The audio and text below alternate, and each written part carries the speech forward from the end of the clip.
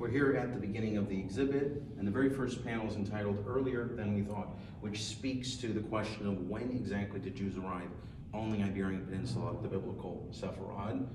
We don't know for sure. Speculation leads us to believe it may have been as early as biblical times, during the reign of King Solomon, who built the first temple in Jerusalem. But certainly from archaeological and documentary evidence, there were well-established Jewish communities in the time of the Roman Empire, the first few centuries of the Common Era. And this map depicts the Roman presence. The Roman Empire collapsed in the 5th century of the Common Era, and Germanic tribes came in and conquered many of these former Roman provinces. And in Spain, the Germanic tribe that came in and conquered were the Visigoths. Initially tolerant of Jews, by the end of the 6th century and into the 7th century, anti-Jewish persecution began. And this is one of the few remaining Jewish works, or a testament to Jewish life, from Visigothic Spain that's dated to the 5th century. As you can see, it shows a menorah and the Tree of Life, so this is a very special picture. The Visigothic era ended in 711, a very famous year when Muslims from North Africa crossed the Strait of Gibraltar and conquered most of the Iberian Peninsula. It is a watershed moment in Jewish and world history. It ends the persecution of Jews, and it ultimately ushers in an incredible era known as the Golden Age, when a number of great individuals come to prominence, who we will see. And certainly vis-a-vis Jews who lived in Christian lands, this is, again, a remarkable time period of some type of Jewish, Christian, and Muslim coexistence.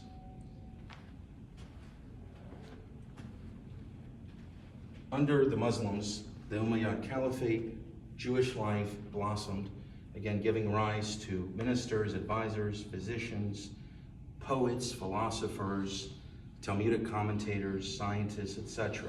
It really is a resurgence of Jewish life and of contributions to Judaism, but also the non-Jewish world. They saw themselves as part and parcel of their host society. There was no contradiction between their Jewish identity and their lives in Spain.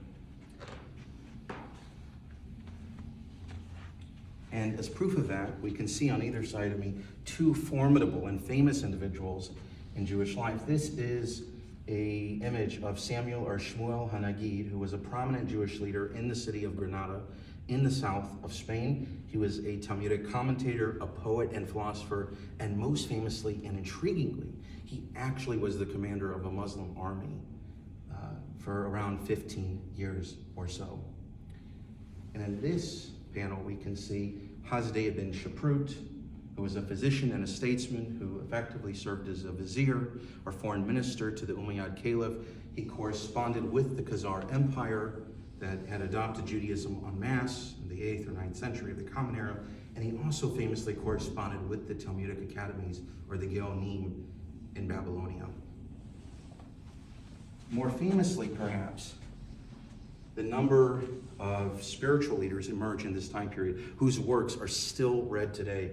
These include Maimonides, Moshe ben Maimon, or Rambam, whose great code of Jewish law is Mishneh Torah, and his guide for the perplexed, an attempt to synthesize Jewish and Greek thought, and his Moreh Nevuchim are still widely read and admired to this day. Yehuda Halevi, a great poet who wrote the Kuzari, a defense of Jewish beliefs in an age of doubt, and the biblical commentator Abraham ibn Ezra, whose commentaries are perhaps second only to Rashi in how often they're studied and cited on the pages of Tanakh.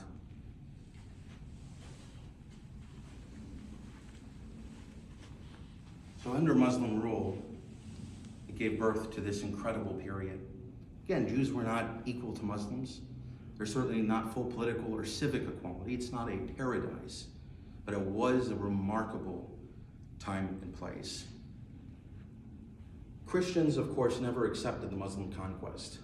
And over the centuries, almost immediately after the Muslim conquest in 711, they began an attempt to reconquer the Iberian Peninsula, for Muslims known, of course, as the Reconquista. This would take almost 800 years until, of course, the capture of Granada in 1492, which we will see. And this depicts a battle of the Reconquista dated to the 13th century or so. And in this conflict, of course, Jews are caught between Muslim and Christian. As the Reconquista continued apace, increasing anti-Jewish persecution emerged and resulted, and it led to massacres and riots, sometimes even called pogroms, much more recent term often applied to Jews who lived in the Russian Empire in the 19th century. But tens of thousands of Jews are killed or either forcibly converted to Catholicism, really giving birth to the phenomenon of crypto-Judaism. The church, of course, calls these individuals who are converted new Christian, Cristiano Nuevo or Cristão Novo, to distinguish them from the Christians who were not previously Jews or had no Jewish ancestors. And this changes the course of Jewish and world history, and of course, an increasing term in vogue that really understands the point that many of these people did not convert of their own free will is anusim. They were forced to convert. Their religious identity was taken from them. And this, of course, gives rise to the Inquisition, which is established in 1478 to ferret out who is a genuine Catholic, who is a crypto-Jew, and of course, many of them are burnt at the stake. And this culminates in 1492, the year Columbus sailed the ocean blue, as the old refrain goes. Granada was conquered by the Catholic monarchs Ferdinand and Isabella. In January 1492, the Alhambra was surrendered. And March 31st of that year, they issued the infamous Edict of Expulsion, or Alhambra Decree, ordering all Jews throughout the Spanish kingdoms to leave. Many do leave, of course, as we will see, and go to North Africa or the Ottoman Empire. Others, of course, decide to convert to Catholicism under extreme duress in order to stay in their ancestral homeland of 1,500 to 2,000 years. But either choice was extremely difficult. We cannot imagine what it was like to convert or to leave. It was an unfathomable choice. And over here, ladies and gentlemen, is of course an image of the Edict of Expulsion. We can't see it here, but it's signed by the King and the Queen, embossed with the royal seal. And Jews only had 3 or at most 4 months to leave, 90 to 120 days to go somewhere, anywhere. What a choice.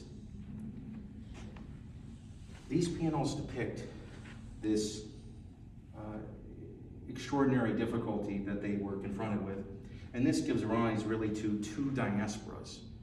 It fragmented the Sephardic world. It tore asunder the Sephardic unity. This map in particular shows in red, as we can see, the Jews who decided to retain their Judaism, at least openly. They left the Iberian Peninsula. They went to North Africa, principally Morocco. Others go to Italy, where they settle in various Italian city-states or kingdoms. And famously, they come to the Levant, to the land of Israel, to Syria, on and up into Turkey, into the burgeoning Ottoman Empire, where my own ancestors went. Others even go on and up into the Balkans. But a very significant percentage of those in Spain decide to remain on the peninsula. They turn west and enter the neighboring kingdom of Portugal, hoping to find refuge there. Well, unfortunately for them, 4 years later, Manuel I of Portugal, desiring to wed the daughter of Ferdinand and Isabella of Spain, is confronted with the ultimatum to expel the Jews in order to consummate the union. Reluctantly, he acquiesces, but he decided to keep his Jews. He knew they were very valuable and important to the economy and to overall society, and so he forcibly baptized the tens of thousands of Jews. At least one story has it they converged on the port city of Lisbon, hoping to leave. Ships would be there for them to depart. There were none to be seen, and they were forcibly baptized by priests. And effectively, one moment, they became new Christians overnight. But significantly, the Portuguese Inquisition is not established for another 4 decades, giving them decades to acclimate to their newfound faith and society. And we see differences starting to emerge in cultural, culinary, linguistic, liturgical traditions. The Jews who went to North Africa retain a type of Judeo-Spanish, often called Haketia, but they largely merge into the North African indigenous communities. Others who went to the Ottoman Empire, of course, retained their language, Judezmo or Ladino. My grandfather spoke that. And their customs come to greatly influence Jewish communities throughout the Ottoman Empire. And this actually shows a number of Jews in Ottoman garb. What would they have looked like from the 16th to the 18th centuries throughout various parts of the empire, a merchant, women. And interestingly, this is a Jewish physician that research leads to believe was a remote ancestor of mine, Moses Simon, who was a physician to Suleiman the Magnificent, and who played a role in helping to bring Dona Gracia Nassi, the most famous Portuguese crypto Jew, to safety in the Ottoman Empire. The other side of the diaspora are the conversos, the ones who are in hiding, the anusim. Unable to practice their Judaism openly, they secretly practice it, oftentimes developing unique customs and traditions. Communities are established in Spain and Portugal, in the very heart of the Inquisition, and customs are passed from mother to daughter. As we will see, women took the lead in preserving crypto-Judaism. It has to be remembered, after 1492 and 1497, there are no more rabbis, synagogues, yeshivot, mikvahs, sidorim. There's nothing communal. Everything is going to reside in the home, and women are the primary custodians and leaders of the household. And so they assume a central role in perpetuating the traditions, indeed the very world of crypto-Judaism.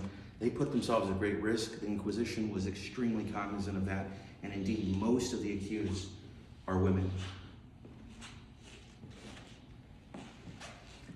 Over time, the borders open, and these crypto-Jews from Spain and particularly Portugal, the Portuguese New Christians, wind up leaving the Iberian Peninsula and going around the world, and thus recreating, refashioning Jewish life and remaking world history. And here we can see that they actually immigrated, many of them, to Central, to Western Europe, to the cities of, well, we can see in Italy, again, where they rejoin existing Sephardic communities, as well as throughout the Ottoman Empire, including Izmir. Many of them settled in the southwest of France, in Bordeaux and Bayonne, again, known as Portuguese New Christians, but many people knew they were secretly practicing as Jews. Authorities, in many cases, turned a blind eye to it, cognizant of their contributions to the economy and to society. Perhaps most famously, the descendants of the Portuguese conversos wind up in Amsterdam, the great city in the Netherlands, which at the time was under Spanish occupation. But the Dutch fought a great war of independence against the Spanish for decades. And ultimately it turns into an extremely liberal and international trading center, and they end up welcoming Jews to settle there, certainly by the beginning of the 1600s. And it has to be remembered that many of the conversos who left and wound up there were unfamiliar with normative Judaism, with rabbinic authority. They did not know anything of that. At this point, they could have been 2, 3, 4 generations removed. And so in some cases, it was a struggle to reintegrate into the existing Jewish community, as notably depicted by the story of Baruch Spinoza, who was infamously excommunicated by the Amsterdam Beit Din. And other revisions, by the way, of this exhibit will place greater emphasis on these stories. They constructed a magnificent synagogue in Amsterdam, known as the Portuguese Synagogue, which was dedicated in 1675. This is an image of La Fête de Purim, or the Purim holiday of 1737. It is magnificent, and it speaks to the wealth, to the integration, to the extraordinary confidence that these former Portuguese conversos had in openly practicing their Judaism. Other conversos, of course, did not go east into Europe or the Ottoman Empire. They went west. They crossed the Atlantic. Involved in international commerce and trade, they sought new opportunities in the New World. Of course, they were also hoping to find greater religious liberty, to put an ocean, literally, between themselves and the Inquisition. And famously, the very first synagogue in the Americas is built in Recife, Brazil. And so actually from there, when the Dutch controlled it for 25 or 30 years, a Jewish community is built, and it is from this very small town of Recife that the first Jews, at least as a community that we recognize, reached the little Dutch colony of New Amsterdam, of course later renamed to New York. And of course, this is Congregation Shearith Israel, or Shearith Yisrael, here in New York, that is actually founded by these Portuguese Jews from Brazil and their descendants. And many of the individuals, of the members of the synagogue, can trace their ancestry at least back to the American Revolution, or even earlier to the colonial era.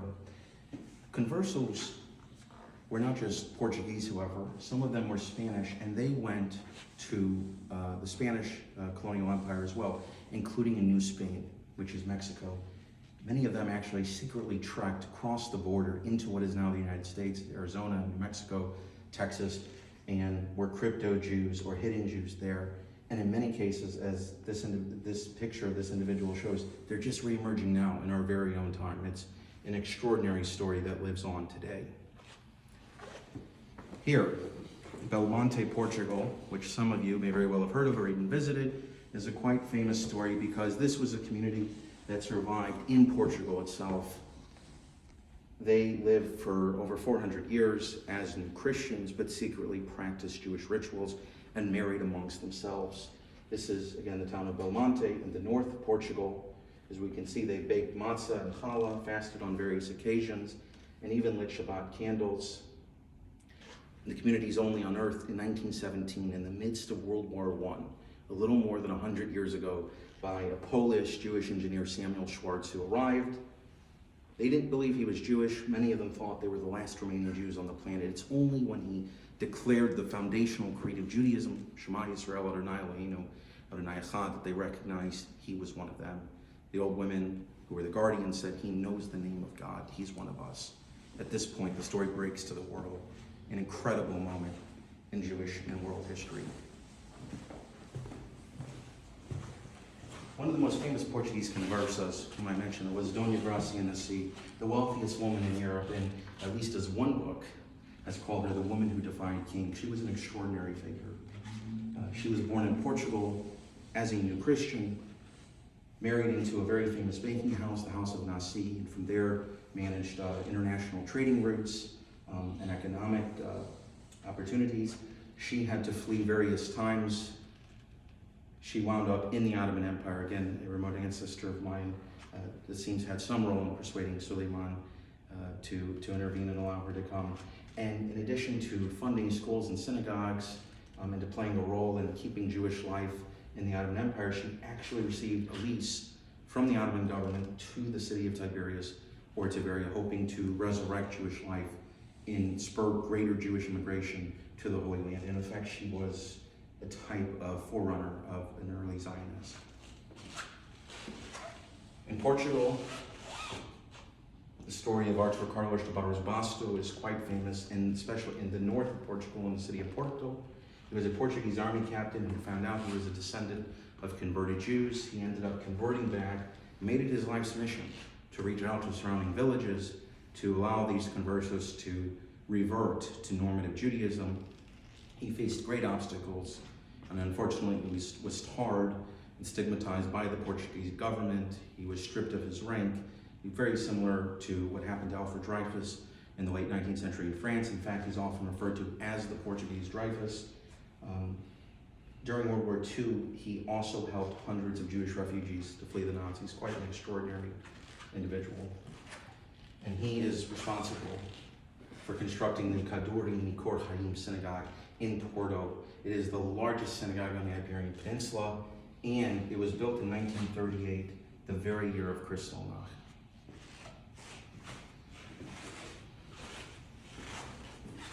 Converso descendants have impacted every field and endeavor of humanity, from the arts to politics, from economics to history. Some of the names of these descendants I think you'll know. In art, Amadeo Modigliani, Joan Miro, Diego Velázquez, and Diego Rivera, and these are just some of the names, of course, that are descendants of conversos. Ladies and gentlemen, this is an extraordinary story, and this is the mission the Jewish Heritage Alliance set out to tell. This is when past meets present. This is a story that's unfolding in our time, in the 21st century, that is included in these debates and these discussions we have on identity and diversity and uncovering one's roots. I think this paragraph really tells the story. The story of conversos from the Iberian Peninsula is a story about secret, hidden, and changing identities. Some Jews abandoned their faith completely, whereas others led a double life. Both decisions were extremely difficult. Nonetheless, their stories are an extraordinary testament to the resilience and strength of communities that managed to preserve ancient traditions in the face of adversity for hundreds of years while making remarkable contributions to world culture. There's simply nothing like it. And Jewish Heritage Alliance is pleased to help promote this legacy to the world at large. Unfortunately, far too few people know about it, but it's something that deserves to be recognized, to be learned about, because it continues to impact our life. It's not just history, it's present day. Thank you very much.